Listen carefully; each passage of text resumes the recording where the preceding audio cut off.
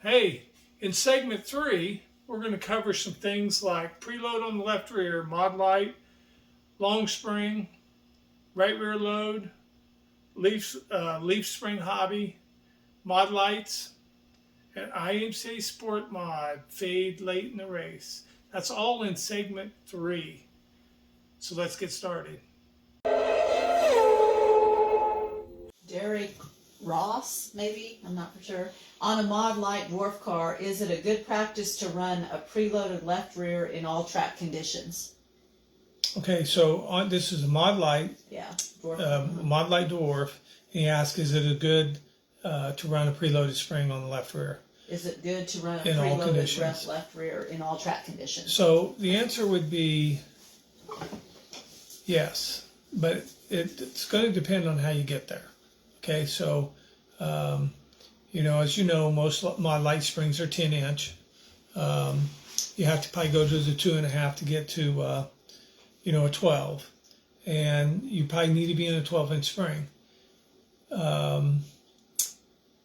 If the car falls off the bars and this upsets the car on entry, then the preloaded spring is going to be much better. If the preloaded spring makes the car too tight, it won't turn, which is generally the case. Then no, it's not really helping. You'll find you're not going to find a lot of speed, if any speed, in that. So I do like the fact that we got a lot of guys on them two cars. If you want to put speed in the car, fix the right rear. Okay, fix the issue with the right rear. That'll put half a second or more in your car. Depends on how fast you currently are. You can take some of the good cars out there and they put a half second on them. So fix the right rear. Preloading left rear, it's okay, it's fine, but it's a little difficult with the hoop, and fitting in the hoop. So yes, and then don't overdo it, and then make sure you have the capabilities to turn the front of the car. So you can put all the drive in the car you want, but as soon as you overrun the car's ability to turn in the front, under throttle, you're done. Johnny Vogt says, long, soft left rear spring and extended load. How to adjust for entry. And then he also said, right rear load set per the scaling video. Okay, so those were two of my questions that I didn't get to earlier, Johnny. So left rear load on entry. So this is a tricky question because the load on entry,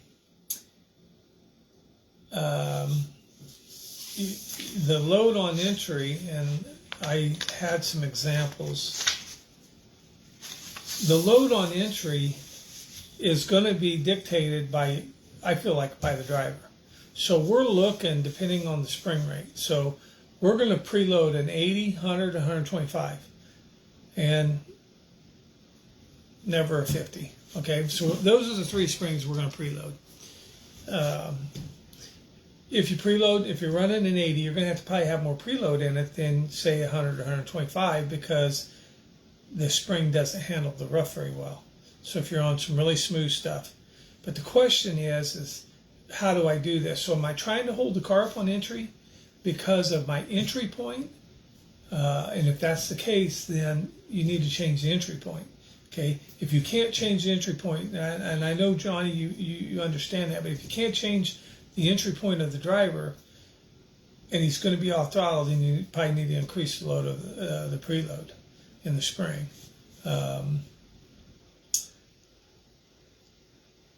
Entry, you can't say enough about it. It's the most important thing. There's two things going on right now that we really, really, really need to get fixed, and that's entry point and right rear.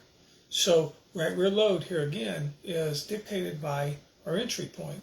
If we're going to drive the car in past entry, then we're really putting the right rear in a position that it's hard for it to work. As the racetrack slicks off, it just gets harder for it to work. So if you don't have some stagger, some rear steer, and some step out in the car, along with the proper load on the right rear, you can have all of it, but don't apply it on entry, and you're going to get yourself in trouble. Drive that car on in there and take the moisture away and see if your lap times get better, because they won't. They're going to get worse because the car has to scotch up on the right rear, and if it don't, you're not going to make that deal happen. Okay, so the right rear load, 375, 400 pounds on a modified, could be a little heavier on a street stock car. Right rear spring somewhere like on a modified 225 to 250. On a street stock, I mean, we've got clear up to 300s. So the spring's gotten very high. But that doesn't always mean that everything's being done right. So understand, the right rear has to be at load, we'll say the 400 pounds at ride height, or it ain't gonna work. Okay, driver in the car, driver out of the car. We originally established this with driver out of the car because it was generally the driver doing it at the racetrack. Okay, so 630 to 680 on a modified, driver in, driver out. 375, 400. If your right rear load doesn't get you through the corner, if you don't have enough right rear tire in the car to get the car off exit, then you're going to have to increase the load. You're going to have to increase the rebound or the effectiveness of the low speed part of the rebound, or you're going to have to do some bar angle changes. Okay, so the 375, 400 right rear load is you got to be on that. You've got to be on it at ride height. The car, you have an option with the car setup to enter the corner with the car automatically stepped out, or to step out the car. Okay, so one of them's going to load back up quickly, the other one's going to have to make load. You figure it out. That's the way it's going to work. The right rear has to load up. We're not looking for dig, like everybody wants, dig like Dale. We're not looking for dig. We're looking for free roll steer. And free roll steer is going to feel loose to most drivers, okay? But it's also going to feel fast, okay? So we're getting some questions, right, hon? Yeah. So wait a second. Okay. I want to go over some of this, but I think we'll go over it more later in the program and cover how to measure those springs. Don't let me forget this. How to measure those springs, how to put load turns. I'll show that right now. So how to put turns in the car, all four corners. This is move and load. So it's to decrease right rear, to increase right rear. Okay, to increase right rear. This is how you move all four corners to put weight. So if this was our car, our weight's here, and we need to move it back to here. So that's what we're doing. We're moving weight across the car. We'll talk more about this too later, and we'll talk about how to figure the math on the springs.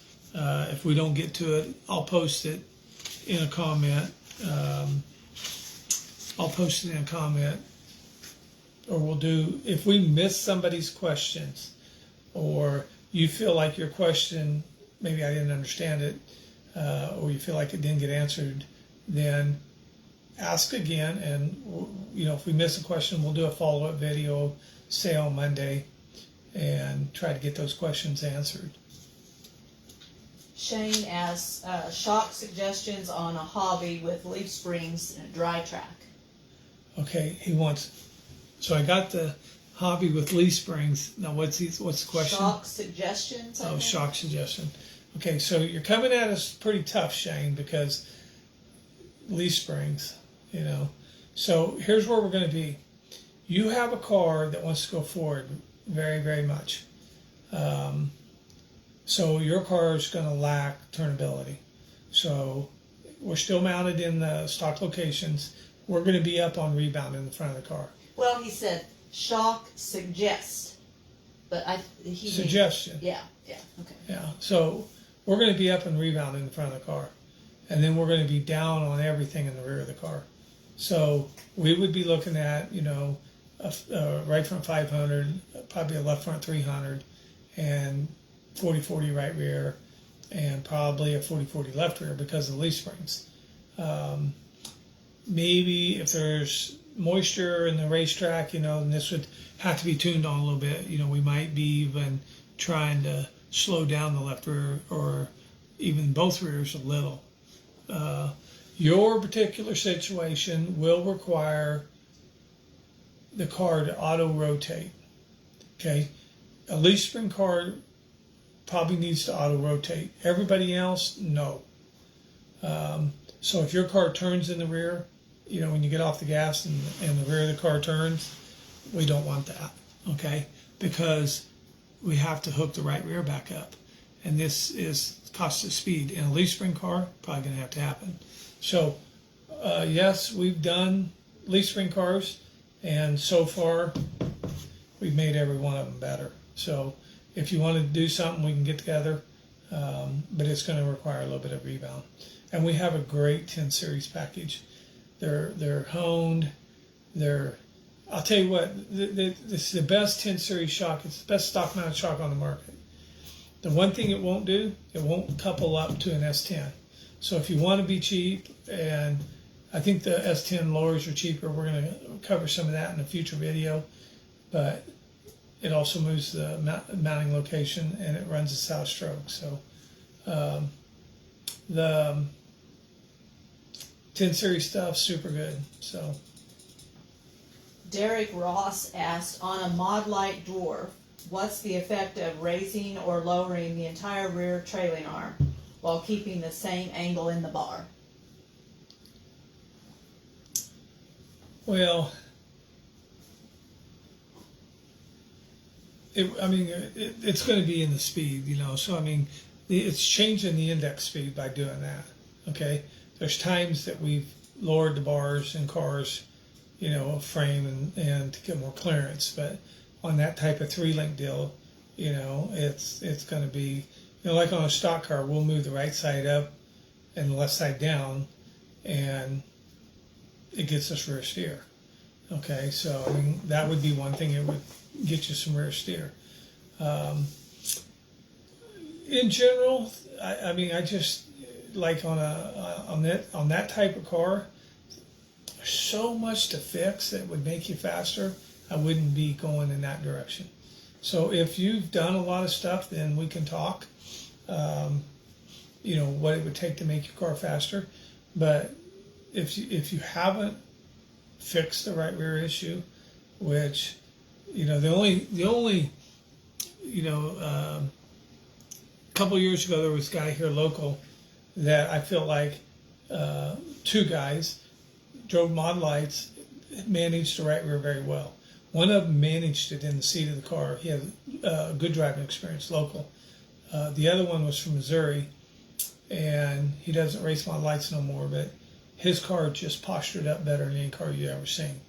And because of that, he was very, very, very fast. His car was crazy fast. It was faster than on most cars at the racetrack. And it didn't burden the right rear.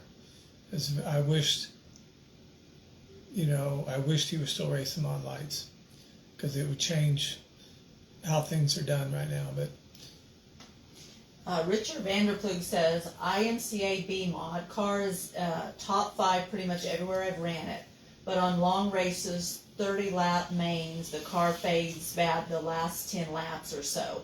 What can I change to make the car more consistent? He says, don't say the driver. The driver. It's Richard. I'll come out and race it for you, Richard. No. Thanks, Rich. It's probably, the red flags that would have to come up, and we're going to assume that our right rear is given up probably before our left rear. We're going to assume that tire heat's probably an issue. The things that are going to affect it is going to be tire wear, tire heat, heat in the shock, life, the life of the shock. This is what is the life of the shock? One of the pre-questions was about oil and how often should we change oil. Well, I heard Ben Baker say this is a device that has oil in it and no filter. And I thought that was pretty good. He's like, would you race your engine without a filter? And no, you wouldn't, because the filter is what's trying to protect the oil to keep it the same. Okay, well, that doesn't happen in a shock, and the oil changes a lot with dirt and stuff. But if we keep doing it, it could be fuel burn off. In the rear of the car, just getting light. Maybe we need to. We had a car where we had to keep adding. We added 1.5% to the rear of it, 0.5% at a time to get us to the end of the race, and that car really shut off. And that's all we did was put more fuel in it. I mean, it was an alcohol, so tire fade, tire heat. And tire heat isn't always a bad thing, but overheating the tire, oversliding the tire, heating the shock, life of the spring, and spring location. So, if we're spring on top again, then we could have some problems. But if we are racing, and I know you're on a better spring than that. So I know that. But for other guys, if you're racing, 3-year-old springs, get them going, because they ain't helping. If you're racing, buy new springs every year. If you're on something brands, buy 4 or 5 sets a year. Springs are not what they appear to be. So get a good spring, replace it often, and your spring on top on the right rear, replace it frequently. I do think Richard's on a good spring, good quality. So I don't know that would necessarily be a problem, but there could be heat in the shock. And this is why we do some of the stuff we do, because we're trying to get heat in the shock expansion. So it works both ways, whether the heat expansion grows too quick or grows too slow. So, so that's a tough question.